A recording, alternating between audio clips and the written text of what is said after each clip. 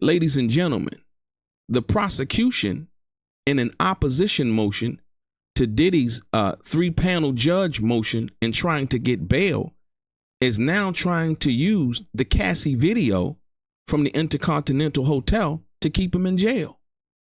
I thought they had witnesses. I thought they had all of this evidence. What is this really about? Let's get into some of this straight game. Life is like some cards. It's not what you dealt, but how you play it.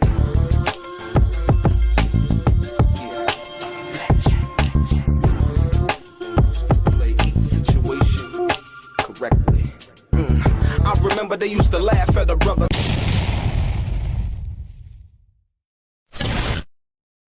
Welcome back, guys. Welcome back. It's your boy DELRAY, Richardson, platinum artist, platinum songwriter, Straight Game TV. Thank you for tuning in. I appreciate your time.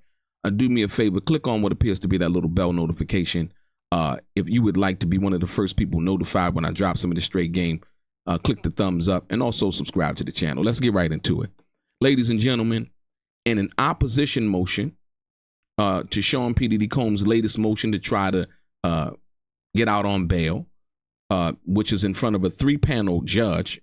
You know, 2 say you can come home, 1 say you can't, you come home. 2 say you can't, 1 say you can, you don't come home. 3 say you can come home. 3 say you don't come home. Which I think is a little bit more fair than one judge making a unilateral decision as to whatever. It just seems a little bit more legally fair. And so now, Shawn P. Diddy Combs is basically stating that, you know, same thing, $50 million, house arrest, and all of these things that they're imposing themselves is the reason why he should come home from bail and come home, get out on bail. The district attorney, however, is basically saying, look at the Cassie tape. Look at what he did to Cassie, right? Which I totally understand, which was wrong, which Shawn P. Diddy Combs offered, I thought was a half-ass apology, if you will, in regards to that, because he had made an Instagram post basically saying that he had did nothing wrong, it was a money grab, and so on and so forth. There are a lot of nuances around this situation, so let's get into it like this. First and foremost, Shawn P. Diddy Combs was charged under the Racketeering and Corrupt Organizations Act, which is a RICO case, right? Which, you know, they can paint a broad brush and name numerous of things that you did under the RICO case. But unfortunately, they said they had a lot of evidence, right? They had how he was able to commit the crimes, help through his assistants, security guards, you know, the Combs empire, the Combs organization, or whatever you want to call it. That's what they were calling this, right?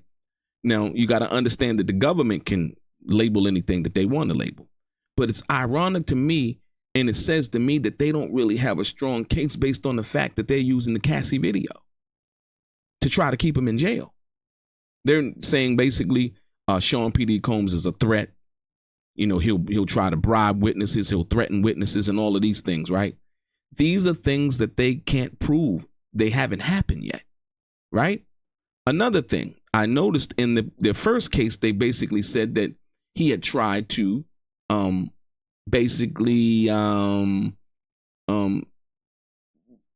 convince people who were supposedly going to testify against him to change their story. He was trying to get people to change their story. But that wasn't the case, because if that was the case, that would be the evidence that you would be using to present to the 3-judge panel on why they shouldn't let him out. Now, I told you guys before, once again, on October 7th, Shawn P. Diddy Combs' lawyers say that they had just received from the DA the affidavits involving the probable cause, which gave them the reason to go in and search all of his properties based on affidavits from people who are alleged to have something to do with Shawn Combs, right? But in their filing, they put in that Shawn P. Diddy Combs was already trying to bribe witnesses, coerce witnesses into changing their story. However, in this new bail filing and in this new bail filing to get bail for Sean P. Diddy Combs, Sean P. Diddy Combs' lawyers are saying no, that didn't happen. And the reason why it didn't happen is they wouldn't have known who the people were that were going to testify against Sean P. Diddy Combs until they received the affidavits that gave them probable cause to do the search in the first place. Now, mind you, we know that September comes before October. So if they put it in the September 13th or 14th, whenever the original, what's the name was filed, the original court brief, the case against Sean P. Diddy Combs was filed in September, let's say September 17th, 16th or 17th. We know they locked him up on the 16th. The 17th is when he went to court.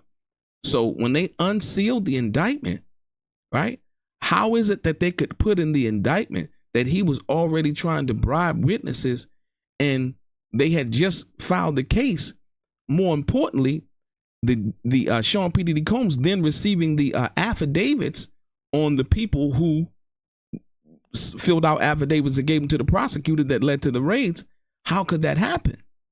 Because he didn't know who the people were until he received the affidavits.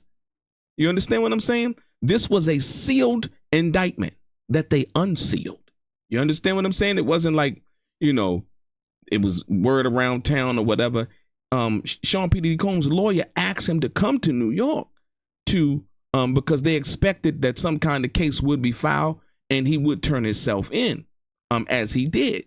Well, he didn't really get a chance to turn himself in because they caught him at the hotel and they locked him up. But I'm saying he was prepared to turn himself in. I'm talking about this from a legal perspective, not in favor of Sean P. Diddy Combs or against him. I'm talking about the mere facts that they say they have right now. So now, with that being said, if the prosecutor was trying to stop him, why wouldn't they use the information in regards to him trying to, or what they actually put in the brief and saying, well, you know, phone calls were recorded and where Sean P. Diddy Combs was alleged to have tried to get somebody to change their story. They made it seem as if Sean P. Diddy Combs had actually called somebody. But in turn, the person who they alleged this to happen to or had happened to called him. So basically what it says to me is that it was a setup. So they were trying to get phone conversation on Sean P. Diddy Combs, right? And talking to him probably had the person, whoever, the same person probably filled out an affidavit, basically. And they're saying, well, hey, if you can call and, you know, we'll record the phone conversation, or you can record the phone conversation, then we can say that he's already trying to bribe witnesses, right? Is that in the criminal case? Or what does that have to do with? Because they were not specific as to what they were talking about in regards to what they said in Sean P. Diddy Combs' RICO case. You understand what I'm saying? They didn't tell who it was. They said, what, you know, he's already tried to do this, but we don't know that. We haven't heard or seen anything, right? Only what they're saying. This is the problem. Because if that's what they had, then you really don't need the Cassie tape, right? But the fact that they're using the Cassie tape says to me that the government really doesn't have a strong case. They don't have a strong case. That Cassie tape was supposed to be dealt with back in 2016, right? That's when charges were supposed to be filed. The police was supposed to be called and all of these other things that were supposed to happen.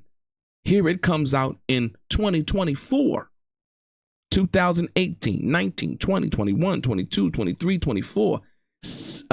No, that's almost 10 years ago. I'm sorry, 16. 17, 18, 19, 20, 21, 22, 23, 24, 8 years ago, right? So now, a tape that happened 8 years ago, they're trying to now get Sean P. Diddy Combs denied bail. This is a very slippery slope and crazy idea, right?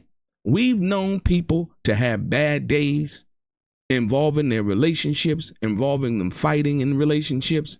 The guy, Roger Bond, who was Sean P. Diddy Combs' bodyguard, said, you know, Sean P. Diddy Combs and Kim Porter would get into it. You know, evidently he's a violent guy. He don't have no problem hitting on women. Wrong, period. You know what I mean?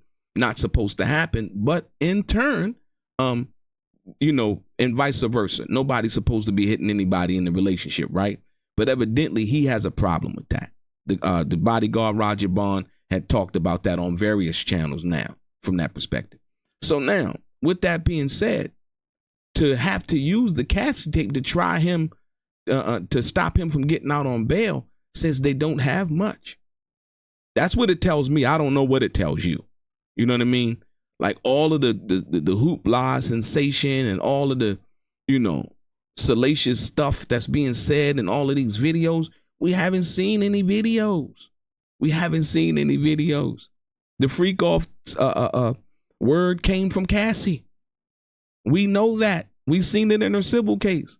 And so now, basically what this tells me is they're relying on Cassie. Cassie is their whole case. And we know what happened on the video. But that is separate and different from this Corrupt Organizations Act. And all of these other things that are alleged. The bringing women and flying women in and having a party and so on and so on. And they laying down with you and y'all having sexual relations, if you will. You understand what I'm saying? They saying now if you fly somebody in, because you paid for the flight and whatever, they could say anything. They could say that, yeah, he gave me money. He bought me a Birkin. He bought me some Louis Vuittons. He bought me all of these things, right? And then go back home and feel like they didn't get enough. And now all of a sudden they call the police and say, hey, you know what? He did X, Y, and Z to me. Fair?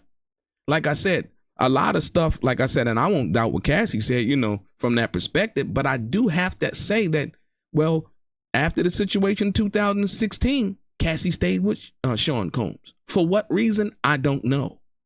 And it's not for me to figure out. I'm just stating a fact. That's a fact. She stayed with him after that situation happened at the Intercontinental Hotel. And so the fact that they're using that tape, that's why I call it weak evidence, because the defense, Sean P. Diddy Combs' defense can say, hey, that was and what they are saying, basically, not what they can say, is that was a one-off. That was a situation that happened between them, for whatever it was, even though it looks crazy and looks crazy on tape, and it was, for him to hit her and beat her like that. There's no excuse for that, period. But she stayed. And so, once again, that's the reason why I don't understand how it is that that's the only thing that the prosecution has in order in their counter motion or opposition motion to Sean P. Diddy Combs' bail. I don't understand why that's the only real piece of evidence in the words that he's threatening, he's menacing, he's all of these things. Once again, and I'm not denying that he might be or could be from watching the tape on Hollywood Boulevard when he had the Joker mask on confronting that other brother and scraping the toy gun on the ground, was like, you know who the fuck I am? I'll bust your shit. Ba-da-da-da, right? But he had a whole bunch of other security guards around him at that time. If he's that guy one-on-one, I don't know. But like I said, he has a lot of money, a lot of power. Those are just not good looks, if you will, from that perspective. But like I said, we're talking about a case in court where you present evidence after you make a allegation. You present evidence. And the evidence of the Cassie video, I feel like, won't really work. The fact that she stayed, the fact of what they can argue. Like I said, if they got video, they got pictures of Cassie and Sean P. Diddy Combs after that time, probably at the Met Gala, at all of these other places that they can offer up to contrast what that tape says. You know what I mean? And like I said, Cassie ended up leaving in 2018. So this is crazy, man. Like I said, and this should be alarming to any of us. Like I said, the difference between most defendants and Sean P. Diddy Combs is that he got the money, the fame, the money, which, it's a double-edged sword. On one end, there's, the fame and the money help you buy mansions, cars, and your mama, and take care of your family and send your kids to the best schools. But on the other end, they're now saying that, hey, he's going to use that to bribe people. He's going to use that to manipulate people. He's going to use that to be menacing and threatening. So it's a double-edged sword. But more importantly, I find it very interesting. After all they sold us in the media, I told you at the press conference, all they showed was guns with the serial number scratched out. right? If you have a case, listen to me. There's usually a person, Mike Tyson case, the young lady, Tupac case, the young lady, Bill Cosby case, the young lady. Doesn't it sound crazy that I'm saying all of this same thing about the African-American entertainers, right? And so once again, you usually have a victim or somebody making a certain allegation. And in this case, what it seems to me is that they're trying to use Cassie as the person, as the catalyst for this whole RICO situation. I guess she's going to come to court and say, hey, yeah, we did this, we did that. It was against my will. It was all of these things and so on and so forth at this particular point. But mind you, that none of this would have happened if she hadn't filed the civil case, because evidently she was not pursuing anything criminal prior to the civil case, or Shawn P. Diddy Combs would have been locked up for something criminal before any civil case would have ever been filed. I need you to think about that. I'm going to say it again. Cassie wasn't seeking to file anything criminal in relation to that tape at that particular time, because she chose to go the civil route. Now, if she had gone the criminal route, then the civil route, then it's much more understandable. I don't know that to be sure, but I'm saying she filed a civil case first. Then the DA took all of this stuff under investigation. And then now, once again, now they're filing the criminal case, if you understand that. So this is the thing that's alarming to me. Like I said, everybody can see it whichever way they want to see it. I don't want anybody, your family, my family, anybody to go to jail for something that they didn't do. You know what I mean? But like I said, chime in, tell me what you think, that it's crazy that the DA, I'm talking about what they say they have, man. They say they have all of this evidence, these tapes. I don't believe that there are any freak off tapes involving anybody or anything like that. If there is, then the government said that they have these tapes. They have tapes. What tapes? What's on the tapes? You know what I mean? We don't know if there's anything incriminating on these tapes that they allege they gotten at Shawn P. Diddy's house during the raid. They haven't said that. They said they have tapes, but they didn't say what was on them. They could have tapes of just regular people, just tapes of orgies or whatever, right? Okay, how is that illegal, right? And so now, once again, that's what one must take into consideration. You can have all the tapes you want. There people running around say they got tape. Oh, they got tapes with an A-list celebrity. They haven't shown it yet. Nobody's bought it yet. Who show us the tapes? You know what I mean? Once again. And so when people can't show you something, 9 times out of 10, they're lying. You understand what I'm saying?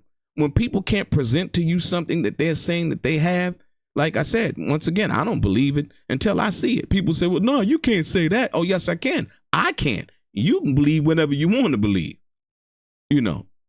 That's on you. But I choose not to believe something until I see it. That's how I move. I don't, you can tell me okay, show me what you're talking about. Not, this, that, and the other. That's how people get scammed. Somebody sell you a good story about something, you invest in it or whatever, I got this new company I'm trying to do and blah, blah, blah, blah, and it's going to be, a lot of people got scammed with like the crypto thing and all of that, So once again, that's what I'm trying to say. So the government say, look at the Cassie tape. We seen the Cassie tape. That was a situation where P. Diddy lawyers are calling a one-off. And so now we're going to see if that works. They're saying P. Diddy, if he gets out, he's going to be menacing and threatening.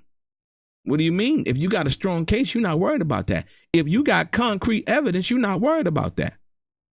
There are RICO cases, right, in which people get out on jail, mobsters, gangsters, all of that. That murders are alleged that happen in situations like that, right?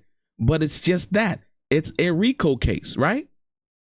Didn't John Gotti get out of jail when he was convicted of, when he was indicted in a RICO case? John Gotti was let out on bail. Absolutely he was, right? See what I'm saying? So once again, that's why this doesn't add up.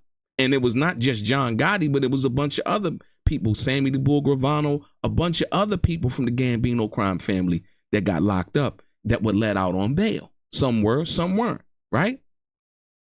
You see what I'm saying? So if we're dealing with certain situations when it deals with RICO, when it deals with mobsters, gangsters, and contract killings and stuff like that alleged to happen, they can get out on bail, but they saying, look at the Cassie tape. Here's a domestic violence tape where he beats her. And like I said, there is no excuse for that. He was wrong as a motherfucker for that. Period. Bottom line. But once again, is that the reason that you use for a person not to get out on bail? You understand what I'm saying? Something that happened in 2016 that was supposed to be prosecuted back then. Cassie was supposed to go to the police. She didn't. For whatever reason, she didn't. We don't know. But she didn't. And so these are facts. You can lean to whatever side or whatever excuse you want to lean to. These are the facts, right? 2018, she left. There's the alleged burning up Kid Cudi's car. How did they prove that? I don't know. Like I said, if Cassie got conversations, she was taping conversations and things like that, I don't know. If she has videos, I don't know. But like I said, once again, it's just ironic to me that they would try to use that tape to try to keep Sean P. Diddy Combs in jail when they're alleged to have all of this evidence, these drugs, and all of this other stuff, right? So drug addicts use drugs, whatever, that could have been for personal use. A lot of things, like I said, once again, they're saying that, this guy was trafficking, trafficking and prostitution and all of this other stuff, right? We don't know that to be true. That came from the Cassie civil case. We don't know none of it to be true yet. Innocent until proven guilty. Like I said, this is not a pro Shawn Coles video. This is a fact dealing with the actual facts that they've shown us so far. And I'm just saying, and dropping this straight game, this is where they are with it. To me, it doesn't sound like they really have a strong case if they're arguing with the Cassie video. Look at the Cassie video. He's threatening, he's menacing, he's this, he's that. Right? Of course, he can be that. Anybody can be that. Right? But is that a reason to try to keep somebody who hasn't been convicted of a crime? And like I said, once again, even the video of the young lady being shot in the face in New York, right? Shawn coming out and saying, it was Diddy that did it, right? The young lady saying it was Diddy that did it, right? When you went to court, this is what happened, right? The young lady, I take her word for that that's what happened. So, but you cannot hold people accountable or hold something against somebody for this new situation that they did in their past. Unfortunately, that's what it's looked like that's happening right now. Is it fair? I don't think so. You know what I mean? I don't think it's fair not to deal with Sean P. Diddy, but anybody, you, me, anybody in your family. Like, if your brother or sister or cousin got locked up, back when weed was illegal and they got locked up with 3 bags of weed, do you think that it would be fair for them to say, you know what, he got locked up with 3 bags of weed and we gonna send him to jail? That's his first 3 bag. What? Yeah, but it's illegal. We gotta lock him up. No. That's why they had to change the sentencing law involving crack, because mostly it dealt with predominantly African Americans that they were getting all this time to. It was the powder versus the crack cocaine, this discrepancy, if you will.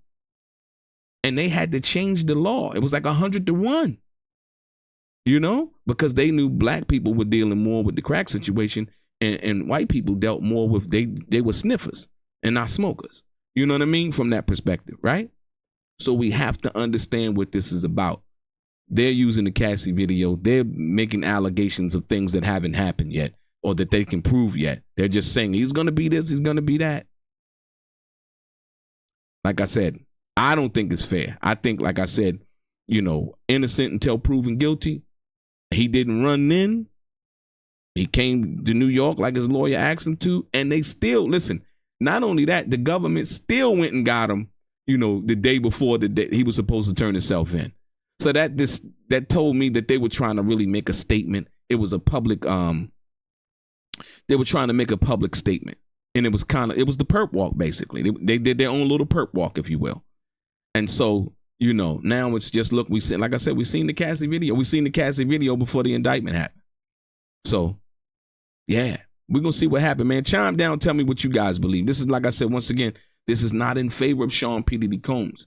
This is about justice and the justice system. And anybody who sees it any other way, you're not interpreting this from the right mind, if you will. You're looking at it from a biased standpoint. I'm looking at it straight down the middle and how they apply justice across the board, if you will, from that perspective. And so, like I said, chime in, tell me what you guys think. Your boy DELRAY, straight game.